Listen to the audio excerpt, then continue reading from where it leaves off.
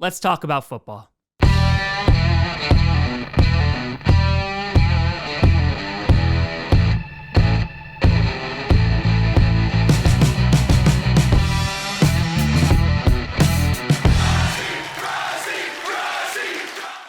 Grossi Posse Packer Nation. Welcome to an episode of Packcast, the podcast where you don't have to be a Packers fan, but it sure does help. I'm your host, Tom. The reaction videos are finally done, and now it's time for division predictions. Grossi, and today we are going to be starting with the best division, the NFC North. Now, if you're just tuning in for the first time or you don't know how I do these divisional predictions, basically what I do is I'll go through each team, talk a little bit about what they did in the offseason, then go through their schedule and predict their floor and their ceiling. So how many wins I think they'll have at the tippy top if everything goes well, and what happens, what their record will be if everything goes catastrophically wrong. Now, before we get to that, I wanted to make sure that we showed our work from last year, because I've been doing this for a few years now, and last year, the predictions for the North, not too bad. So last year, I predicted the Lions would finish in first, the Vikings would be second, the Packers would be third, and the Bears would be fourth. For the Lions, I had their ceiling at 12-5, which is actually what their record wound up being. For the Vikings, I had their ceiling at 10-7 and their floor at 7-10. They wound up finishing third at 7-10. For the Packers, I had their ceiling at 10-7 and their floor at 6-11. The Packers finished in between at 9-8. And finally, for the Bears, I had them finishing last, and they did finish last. I had their floor at 7-10. And that is what their record wound up being. So not really too bad. The only thing I got wrong was the standings, in which I had the Packers finishing third instead of second. You could make an argument if Kirk Cousins never got hurt, maybe the Vikings do finish second, but I'm very happy with the way that things went, except for that whole Aaron Jones thing, which I'm not happy about. But I'm pretty darn happy with how things finished, considering the Packers beat the Cowboys and the Vikings didn't make the playoffs. Yes, you are the purple incarnation of Satan, and I will never love you.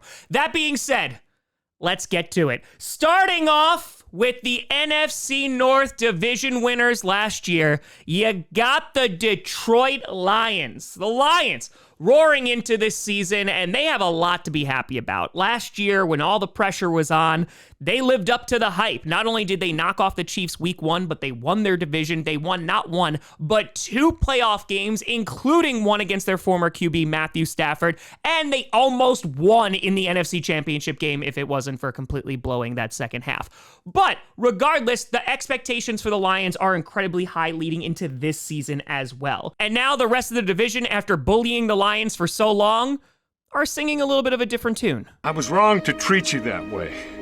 I'm sorry. See? Now you respect me, because I'm a threat. And I'm talking about high expectations. I'm not talking about just winning the division. I'm talking about the Super Bowl. The Lions were right there last year, and the numbers from last year prove how good they were. They were top 5 on offense in points per game, rushing offense, and passing offense was second in the league. Their weak point last year was their defense. The points allowed per game were 23rd. Of course, they've built the trenches, which has allowed this team to be really good. It allows them to have a good run game, pass game, and it's one of the reasons why Jared Goff has been so successful, and they just gave him a major contract. However, where some of the problems did lie, of course, is with the passing defense. If you look at points allowed per game last year, they were 23rd. They were second in rushing defense, which is phenomenal. However, they were 27th in passing defense. And so it's no surprise that during the draft, they targeted secondary. They went and got Arnold. They also got Rakestraw to help out that secondary. I don't think they're going to really miss CJ Gardner-Johnson too much, who went back to Philadelphia.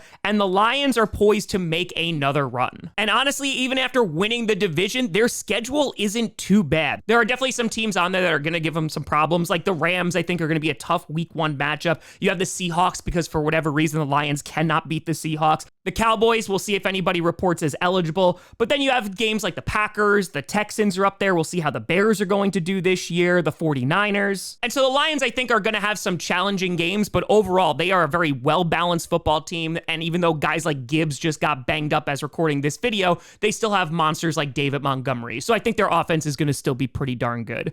Their floor, I have them at 10-7. And honestly, it's tough to find 7 games that they're going to lose. I kind of just said, hey, they're going to split with the Packers. Maybe they split with the Bears and they lose games against like the 49ers, the Seahawks, etc. However, their ceiling, I have it the same exact thing as last year, finishing at 12-5. While I don't think there's going to be a lot of teams sleeping on the Lions this year, like I said, I still think they have a very good football team. They're not only poised for the division, but in Detroit, there's some Super Bowl aspirations. Then you got the Green Bay mother-loving Packers. God, it's so good to talk about them again. The Packers, after last year, there was some concern. Are they going to be good? Is Jordan Love going to be the guy? What are we going to do in the secondary? And everyone's like, oh, I don't know. And I said, okay, we don't need a safety. It's fine. The Packers are going all in this year. Take note, Cowboys fans. This is how you do it. And what I mean by that is the Packers believe in this team right now. And if there's any doubt, look what they did in the offseason. They made Jordan Love the highest paid quarterback in the NFL. They went and won a bidding war with Xavier McKinney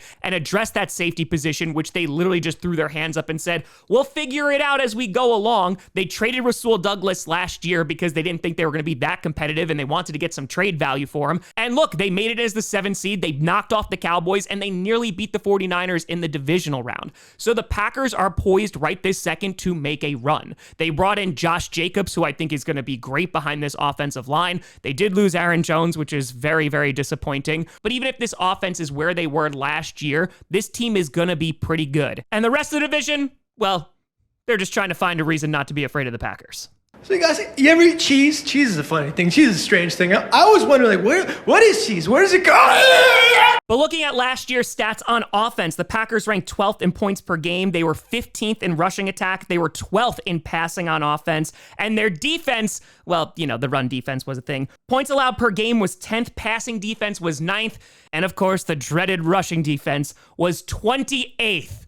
Please, can we have a defense that can stop the run? And that's what the Packers are attempting to do. They got rid of Joe Barry. They brought in Jeff Halflead. There's definitely some optimism there in the way he's been talking about it in camp. The first preseason game, they looked pretty solid. But the Packers addressed this in the draft by drafting Cooper, so hopefully he can stop the run, a very good tackler. They also got Bullard to help shore up that secondary again. And of course, to help the offensive line, they got Morgan, who is likely going to play guard when he is healthy. And so the Packers, heading into this year, the Packers see a 2-year window where they could be competing for a title. And while their schedule is not the easiest, and there's definitely some games on here that I'm concerned about, I think the Packers are going to be a pretty good team this year. Looking at their schedule, they got some tough games like against the Eagles. The Rams are probably going to be tough. The Texans at Jacksonville, because we never play well in Florida. The Lions are going to be tough. The 49ers, we'll see how the Bears are going to be this year. Seahawks, that could go either way. And so I want to be realistic here, and I think their floor is right where they ended last year, around 9-8. And the only reason I'm saying 9-8 right now is because they have some tough games on here.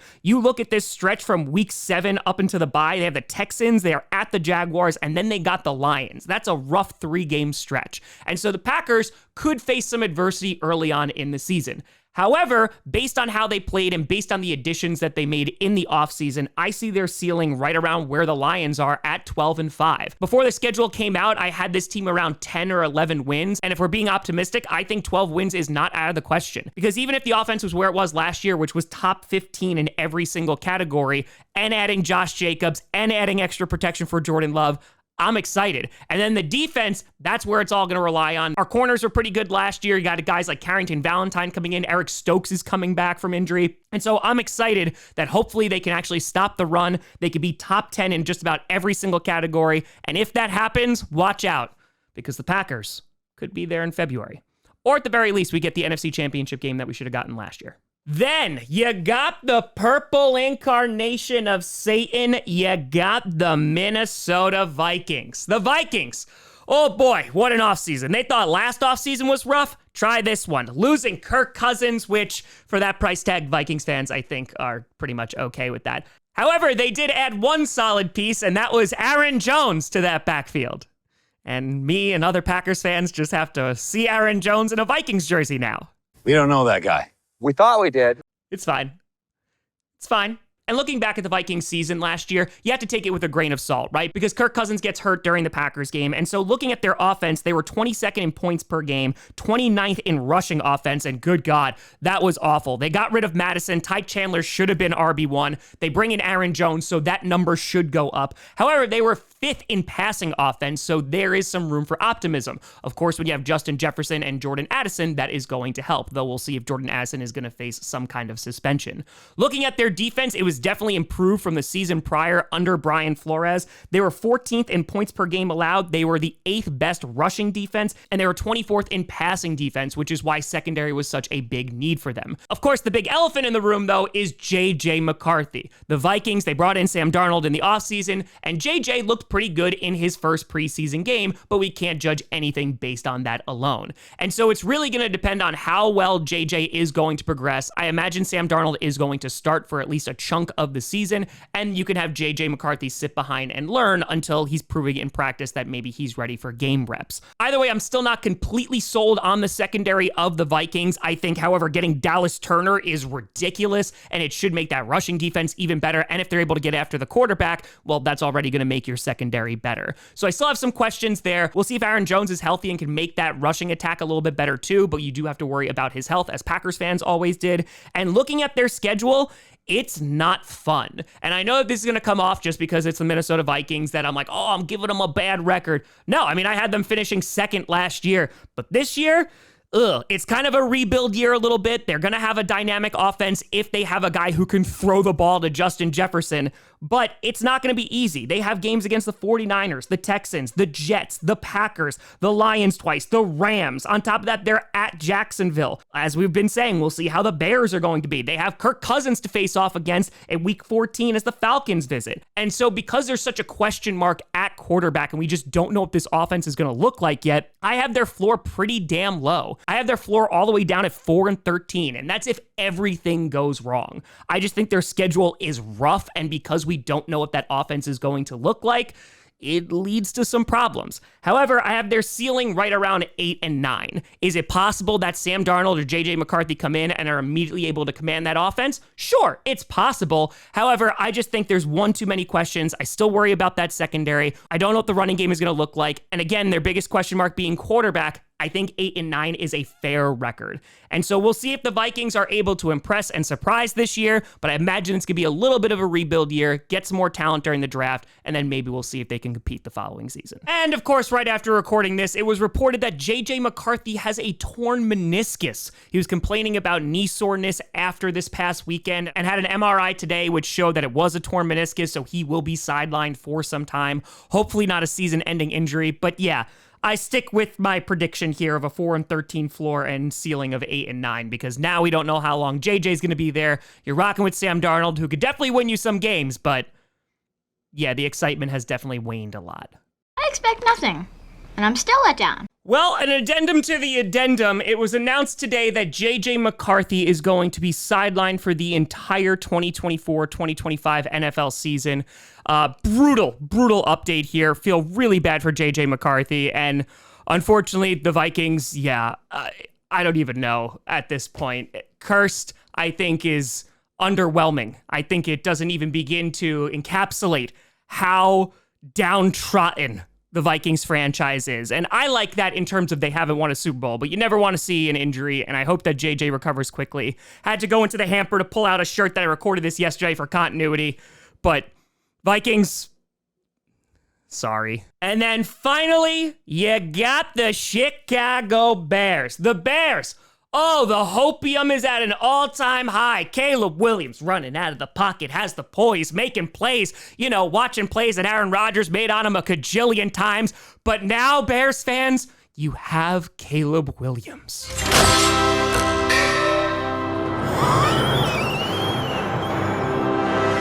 I think I just peed a little. We'll see if it works out. But the Bears, they are set up to be the most successful version of themselves in the past long-ass time. Justin Fields last year, that was their guy. Oh, all off-season, he was going to be amazing, blah, blah, blah, run the North.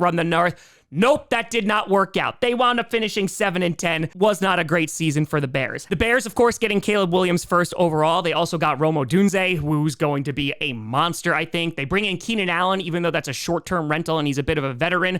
You can't go wrong with having a veteran like Keenan Allen on your team. Their defense got much better after trading for Montez Sweat last year, kind of assuming the old identity of the Bears of defense first. They did still wind up keeping Eberflus, which I think is an interesting decision, but they just got to hope that it works out this this year. And the Bears, again, lots of question marks here. They got DeAndre Swift, who I think is going to be really solid there if he can stay healthy. And the Bears, there's a bit of excitement in Chicago. Last year on offense, they were 18th in points per game. Rushing offense, it was one of the best. It was second in the league, and they were 27th in passing. You imagine that's going to go up under Caleb Williams. Defense, they were 20th in points allowed. They were the best rushing defense in the league, number 1, and they were 25th in passing defense. And so a lot of eyes are on the Bears offense right now because you have a capable thrower in Caleb Williams, or so you hope. You have an explosive runner. You have explosive receivers in DJ Moore and Rome and Keenan Allen as a possession guy as well. So yeah, it's not now or never for Chicago, but they should be doing pretty well this year, or at least that's going to be the expectation. Now, their schedule is not the worst this season. They do have to face off against teams like the Texans. Of course, you got the Packers and Lions twice as well. They have the Rams, the Jaguars, similar to the other NFC North teams, the 49ers. However, I think their floor is a little bit higher. They were able to win 7 games last year, and their offense was not great. And so I think that's going to go up this year. I have their floor at 6-11 if everything goes wrong, because again, there is still the question mark of Caleb Williams. We need to see him play against NFL defenses. However, I have their ceiling all the way up at 10-7. That's if everything goes right. I don't know if they're going to hit that this year. I'm trending around 8 or 9 wins for the Bears, but if Caleb Williams is your guy, then basically it's been a successful season, because now you have your franchise quarterback and you can move into the future with some confidence. So Bears fans, we'll see if this year pans out. If it does, this division's going to be a lot of fun. And if it doesn't, well, then I just get to laugh more. So it's a win-win. And so based off these standings, I have the Lions finishing first, the Packers finishing second, the Bears finishing third, and the Vikings finishing fourth. But of course, let me know what you think down in the comments below. How do you think this division is going to shake up? Let me know. You know, I saw me at TomGrossiComedy.com or at TomGrossiComedy, all social media, see down below. A big shout and thank you to all the patrons and YouTube members for supporting this channel. And thank you so much for watching. I'm Tom Grossi. And as always, go Pack Go.